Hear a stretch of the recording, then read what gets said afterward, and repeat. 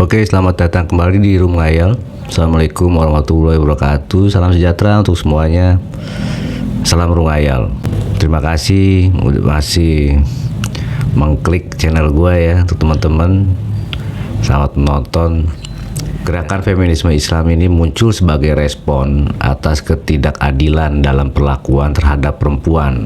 Perempuan pada saat itu merasa bahwa mereka tidak mendapatkan keadilan karena diperlakukan semena-mena, dan feminisme Islam mempunyai tujuan untuk mewujudkan kesetaraan gender antara laki-laki dan perempuan. Ya, sebelumnya gue mau menginformasikan sedikit ya tokoh-tokoh feminisme Islam. Ada Aisyah Taimuriyah, penulis dan penyair Mesir yang aktif pada tahun 1884 sampai 1902. Ada Zainab Fawaz dari Libanon yang berusaha keluar dari tradisinya. Ada Rifat Hasan yang berpendapat bahwa Islam membawa misi keadilan bagi semua, termasuk perempuan. Sebetulnya dasar-dasar pemikiran feminisme Islam itu tetap mengacu kepada Al-Quran sebagai kitab suci yang diyakini sebagai sumber nilai tertinggi, dan meyakini bahwa Allah itu adalah Maha Adil, sehingga Islam membawa misi keadilan. Dan juga ada risalah peran Nabi Muhammad SAW sangat berperan penting membangun feminisme pada zaman beliau. Nabi Muhammad membangun tataran baru yang lebih setara dan membebaskan perempuan dari hal-hal yang mendiskriminasi mereka. Dalam Islam, semua gender memiliki kesetaraan, baik pria maupun wanita. Karena pada saat itu, sebelum Nabi Muhammad ada, kaum perempuan itu sangat ditindas. Dan di tengah-tengah masyarakat jahiliyah menganggap bahwa perempuan adalah sebagai aib dan memposisikan selayaknya benda. Makanya sebetulnya yang gue baca bahwa pada masa jahiliyah, sebelum Nabi Muhammad menerapkan hukum Islam, pada saat itu kaum-kaum perempuan dijadikan budak dan bahkan dijadikan selir. Jadi para bangsawan pada saat itu malah mempunyai istri yang berlebihan, lebih dari 4 yang dibolehkan di dalam Al-Quran. Dulu tuh masyarakat jahiliyah menerima kehadiran perempuan dengan 2 tradisi. Pertama, mereka menguburkan anak perempuannya hidup-hidup sebab menganggapnya sebagai aib. Yang kedua, mereka tetap membesarkan anak perempuannya namun diperlakukan dengan tidak adil dan diposisikan selayaknya harta benda. Seorang istri pada zaman jahiliyah adalah harta warisan yang diturunkan kepada anak laki-laki ketika suaminya meninggal. Anak laki-laki itu mempunyai hak penuh atas ibu mereka. Anak laki-laki itu bisa menikahinya atau menikahkannya dengan laki-laki yang mereka sukai dengan sejumlah bayaran. Jadi anak laki-laki bahkan punya hak untuk mencegah ibunya untuk menikah lagi. Ya, intinya bahwa perempuan dianggap tidak berharga, bahkan dapat dijual belikan. Nah, Nabi Muhammad membangun tatanan baru yang lebih setara dan membebaskan perempuan dari diskriminasi. Umar bin Khattab, salah satu Amirul Mukminin, sahabat Nabi yang juga mengalami masa pra-Islam, beliau menggambarkan bahwa perubahan yang dibawa oleh Nabi Muhammad SAW pada masa jahiliyah, bahwa wanita itu tidak ada harganya bagi kami, sampai akhirnya Nabi Muhammad datang dan Islam pun datang dan menyatakan bahwa wanita itu sederajat dengan laki-laki. Sebetulnya dari sejarah ini dapat disimpulkan bahwa Islam sejatinya adalah agama yang menjunjung kesetaraan laki-laki dan perempuan.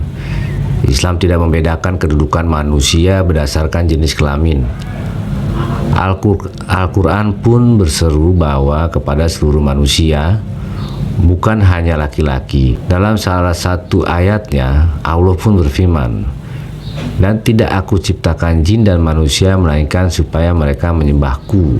Ayat ini menegaskan bahwa yang utama adalah fungsi dan tugas seorang manusia dalam beribadah, bukan dengan jenis kelamin pada saat mereka dilahirkan. Tetapi istilah feminisme ini pertama kali diperkenalkan oleh Charles Fourier pada tahun 1837 di Perancis. Dia menyebutkan gerakan pembebasan perempuan yang terjadi di Eropa saat itu. Gerakan feminisme lahir untuk merespon persoalan-persoalan modern yang nampaknya selalu meminggirkan peran serta perempuan seperti diskriminasi dan dalam hak mendapatkan upah dan hak bersuara. Jadi pada masa-masa itu di Eropa, di Perancis, hak-hak perempuan dibedakan pada saat bekerja. Kaum lelaki lebih besar mendapatkan upahnya dibandingkan kaum perempuan, dan kaum lelaki pun lebih bebas bersuara dibandingkan perempuan. Sebetulnya sebelum lahirnya feminisme di Eropa, Islam sendiri sebagai tradisi merupakan kombinasi esensi Al-Quran dan pemaknaan pada penganutnya. Pemaknaan ini bergerak dinamis menyesuaikan konteks yang dialami oleh para penganutnya yang selalu dinamis. Jadi di dalam Islam, permasalahan feminisme ini sudah dibahas dan diatur sehingga derajat dan kesetaraan antara kaum lelaki dan perempuan dianggap sama. Islam dan feminisme berlabuh pada akar yang sama sebetulnya, yang membuatnya bisa saling bertemu. Feminis Muslim pada akhirnya berupaya memperkaya gerakan melawan ketidakadilan perempuan. Jadi saat sekarang sudah banyak gerakan-gerakan feminis Islam ya. Sebetulnya sebelumnya, bahkan saat Islam lahir dibawa oleh Nabi Muhammad SAW, sudah dulu menerapkan gerakan feminisme yang didasari dari perintah Tuhan, yang didasari dari kitab suci Al-Quran. Di Indonesia sendiri kita mengenal Halimatul Qibtiyah sebagai tokoh feminis Muslim. Halimatul Qibtiyah mengungkapkan bahwa semangat mendiskreditkan peran perempuan dipupuk oleh semangat pemahaman agama yang konservatif dan tekstual. Pemahaman seperti itu selalu menempatkan status perempuan sebagai makhluk jenis kelamin kedua. Pemahaman konservatif menyimbolkan tubuh perempuan dengan kesucian, kesuburan, pemuas sehingga disebut sebagai sumber malapetaka. Menurut Halimatul Qibtiyah, hadirnya feminis Muslim adalah untuk menggugat semangat konservatif tersebut yang tidak sejalan dengan yang diajarkan oleh Nabi Muhammad SAW yang menempatkan perempuan setara dengan laki-laki. Dalam praktiknya, feminis Muslim lebih fokus untuk menghadirkan corak penafsiran baru terhadap doktrin-doktrin agama yang selama ini mapan di masyarakat. Mereka melakukan penggalian sejarah dan memakai pendekatan hermeneutis untuk menemukan kandungan peran dari teks Al-Quran dengan melihat konteks dari lahirnya sebuah ayat, tata bahasa dan pandangan dunia dari sebuah ayat. Upaya menghadirkan corak penafsiran baru dilakukan dengan serius, misalnya oleh Aminah Wadud. Dia adalah tokoh feminis Muslim dunia yang memperkenalkan metode tafsir progresif tentang gender dalam Al-Quran. Wadud menyebutnya dengan metode penafsiran holistik, di mana ia membuat interpretasi terhadap ayat-ayat Al-Quran dengan mengaitkannya dengan isu-isu sosial, ekonomi, politik, moral, dan juga pengalaman perempuan. Upaya Wadud berangkat dari keresahan bersama para feminis Muslim. Mereka percaya bahwa salah satu faktor adanya ketimpangan gender masih terjadi, yaitu karena Al-Quran maupun hadis selama ini ditafsirkan dengan perspektif laki-laki. Ya itulah penjelasan sedikit tentang sejarah-sejarah feminisme Islam. Tapi karena gue berawal dengan konsep merumahayal, berhayal kebaikan, dan gue mempunyai perspektif sendiri tentang permasalahan-permasalahan yang gue kupas, dan tentang apapun yang menjadi bahan konten gue.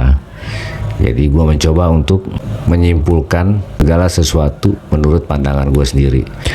Menurut gue feminisme ini suatu pandangan yang sangat bagus, menyetarakan kedua gender ya, gender wanita dan gender laki-laki. Akan tetapi jangan sampai melupakan bahwa peran feminisme itu pada dasarnya dan sebagai kodratnya harus dijunjung tinggi dan tidak dapat dilupakan.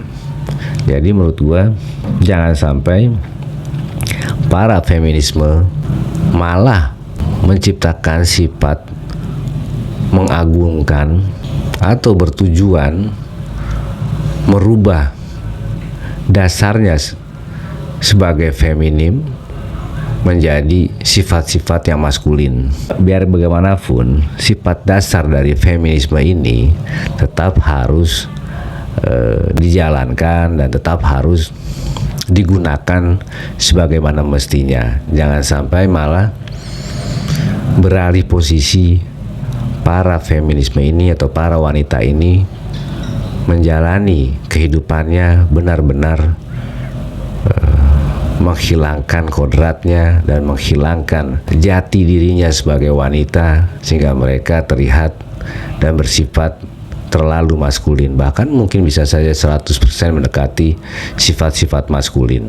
Jadi jangan pernah dirubah dan jangan pernah dilupakan. Jadi feminisme itu menurut gua harusnya lebih mengedepankan kesetaraan dalam hal sosial, kehidupan sosial di masyarakat, hak untuk bersuara, hak untuk mendapatkan kehidupan yang layak setara dengan laki-laki. Upah pun juga sama. Mereka pun yang berprestasi, jika mereka lebih berprestasi, mereka dapat dan layak mendapatkan upah dalam bekerja lebih tinggi dibandingkan seorang laki-laki yang tidak berprestasi. Jadi seorang feminisme, apalagi yang gue kupas adalah feminisme Islam ya, tetap harus mengacu dan berpedoman kepada literatur ataupun kepatuhan-kepatuhan yang mutlak diturunkan, harus dipatuhi sebagai firman-firman Tuhan. Jadi tetap tidak bisa 100% wanita ini menjalankan kualitas hidupnya sama seperti kaum pria ya. Dia harus tetap menjunjung tinggi moral-moral kewanitaan dan juga dasar-dasar peran wanita melengkapi kehidupan seorang laki-laki di dunia. Karena balik lagi dengan konsep dasar rumahayal ya, perspektif gua ya, bahwa hidup yang gua yakini adalah keseimbangan. Jadi kesamarataan itu bukan berarti sama dalam hal semuanya, karena jika sama dalam hal semuanya, seperti halnya begini, gue contohkan hal positif dan negatif. Jika hal negatif benar-benar ingin sama perannya sebagai hal yang positif, maka dunia ini pun tidak akan layak untuk terus berjalan, karena tidak ada yang membedakan kehidupan, karena tidak ada lagi yang dapat menyatukan kehidupan. Karena segala sesuatu dunia ini bisa bersatu dikarenakan hal yang berbeda, karena ada perbedaan, ada gelap, ada terang, ada bumi dan ada langit, ada negatif dan ada positif. Jadi gua kalau melihat atau menyimpulkan feminisme, harus benar-benar konsepnya itu kesamarataan yang tidak menyeluruh, tidak mendiskriminasikan sesuatu yang merugikan apapun terhadap wanita. Jika segala sesuatu hal yang merugikan kehidupan seorang wanita, nah itu dapat kita salahkan dan dapat gue simpulkan bahwa itulah hal diskriminasi, hal yang harus dirubah dan disamaratakan kedudukannya dengan kaum laki-laki. Tetapi ada peran penting yang memang Tuhan ciptakan berbeda antara lelaki dan perempuan, dan di dalam menjalani kehidupannya pun harus berbeda, tidak bisa sama 100%. Jadi di sini juga harus dihilangkan egonya seorang wanita bahwa ada hal-hal yang memang harus lebih dominan laki-laki dan ada hal-hal yang memang harus dominan seorang wanita. Jadi tidak sama 100% kedudukan dan peran wanita sama dengan peran laki-laki. Begitupun sebaliknya, tidak bisa di dunia ini peran seorang laki-laki 100% bersifat seperti peran seorang wanita. Akan tetapi laki-laki dapat membantu peran wanita tersebut sebagai pasangannya untuk sekedar membantunya, mensupportnya supaya kehidupan mereka teratur dan kehidupan mereka dapat berjalan dengan baik. Begitupun perempuan, karena peran laki-laki adalah mencari uang, mencari nafkah. Tetapi jika perempuan ini memang berpotensi dan mempunyai keahlian dalam bekerja, dan dia memang tidak memaksa, tetapi dia memang punya keinginan untuk menata hidupnya atau membantu kehidupan pasangannya bersama-sama, bekerja sama, itu tidak masalah. Seorang perempuan mengerjakan perannya sebagai seorang laki-laki, membantu dalam hal bekerja dan mencari uang. Tapi konsep-konsep yang di luar dari kebutuhan inti perempuan ya harus benar-benar dijaga. Dalam hal ini hati-hati jangan sampai kebablasan nantinya. Seperti halnya dalam memimpin suatu hubungan rumah tangga misalkan. Nah, di situ harus berperan seorang laki-laki yang memang memimpin keluarga kecilnya, membinanya dengan tidak merendahkan pasangannya, dengan tidak meremehkan apapun suara atau pendapat-pendapat dari pasangannya. Kan kalau dulu kan makanya tercetuslah feminisme dikarenakan hak suara seorang istri benar-benar tidak ada. Istri pun tidak dapat mempunyai pendapat apapun karena dianggap bahwa yang berperan, bersuara dan berperan dalam apapun adalah seorang laki-laki atau seorang suaminya. Tapi kadang-kadang kalau kehidupan nyata kadang suka aneh juga gitu. Misalkan contohnya perempuan jika ada di posisi yang lebih tinggi biasanya atau ada di suatu pendapat, berargumentasi, mengklaim bahwa gue berhak untuk mengungkapkan suatu suara, gue berhak untuk mengungkapkan pendapat gue, dan gue berhak untuk mengatakan iya dan tidak.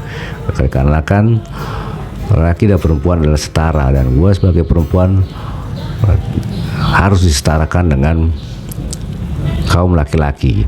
Tapi jika ada konflik yang menyebabkan di situ perlawanan atau pembelaan seorang laki-laki yang membela pendapat atau membela suatu argumentasi yang akhirnya menjatuhkan atau memang mengalahkan pendapat atau tindakan yang dilakukan oleh seorang wanita. Tapi kadang-kadang ini di sini gue kadang ketawa juga. Biasanya banyak akhirnya perempuan atau oknum ya marah akhirnya atau membela diri dengan cara ya mencoba untuk membangun opini publik supaya dapat dibantu bahwa dia sedang dijahati lah, sedang dilawan gitu dari pihak laki dan membutuhkan pertolongan, bahwa gua kan perempuan seharusnya nggak diginiin, seharusnya lu sebagai laki-laki tahu diri bahwa gua adalah seorang perempuan gitu. Nah itu kan hal yang aneh menurut gua. Perempuan ingin dianggap setara, tapi jika mereka punya kesalahan dilawan atau di counter oleh laki-laki, mereka malah minta bantuan kepada publik, kepada masyarakat lain untuk membantu dia dikarenakan dia teraniaya, dikarenakan dia seorang wanita yang membutuhkan pertolongan karena nggak mungkin dapat melawan seorang laki-laki misalkan. Tapi memang tindakan dia salah gitu. Ya contoh aja gini, kehidupan nyata ya, bahwa feminisme, perempuan ingin disamaratakan. Posisinya misalkan naik transportasi yang penuh dan di situ ada memang seorang laki-laki yang sudah tua, dia memang butuh untuk duduk karena dia tidak mungkin, dia fisiknya tidak dapat berdiri lama dalam keadaan macet, ya karena mungkin keadaan lah sakit ataupun dia memang sudah tua usianya. Nah, kadang-kadang gue lihat, perhatikan di transportasi umum, perempuan itu cenderung memposisikan sebagai dirinya perempuan, tidak mau memposisikan dirinya sebagai suatu kaum yang sama perannya atau suatu kaum yang sama derajatnya sebagai dengan kaum laki-laki. Dia nggak akan mau untuk berdiri dan memberikan kursinya, tempat duduknya kepada laki-laki tua tersebut, karena dia berpikir bahwa gue adalah perempuan, lebih lemah, sedangkan dia laki-laki kan kuat dan lain sebagainya. Nah, ini kan hal lucu. Di satu sisi perempuan menyuarakan dan berjuang untuk menyamaratakan kaumnya sebagai pandangan feminisme, tetapi di satu sisi mereka juga dalam keadaan tertentu nggak mau disalahkan, dan mereka beranggapan bahwa dirinya adalah kaum lemah yang berbeda dengan laki-laki yang kuat, padahal pada momen tertentu dengan perbedaan fisik dan perbedaan usia, lelaki bisa terjadi sangat lemah dibandingkan oknum wanita tersebut. Menurut gua nggak fair gitu. Kalau memang mau menyamaratakan, mau mengangkat suatu feminisme ini sebagai bentuk kesamarataan di dalam kehidupan bermasyarakat, di dalam kehidupan sosial, politik, budaya dan lain sebagainya, harus dijalani dengan maksimal. Jangan cuman karena mempunyai tujuan tertentu, mempunyai kepentingan tertentu, pandangan feminisme ini menguat. Tetapi dalam momen yang berbeda dan perempuan itu tidak mau untuk memberikan suatu space atau ruang kepada kaum laki-laki, nah feminisme ini hilang pandangan ini, dan seorang wanita kembali ke perannya atau kembali kepada peran tradisionalnya dia, yaitu adalah wanita yang lemah, wanita yang berbeda dengan laki-laki, wanita yang perlu dihargai atau wanita yang perlu ditempatkan di tempat yang benar gitu. Oke, nanti akan gue lanjutkan lagi pada topik feminisme berikutnya. Salam Bung Ayal.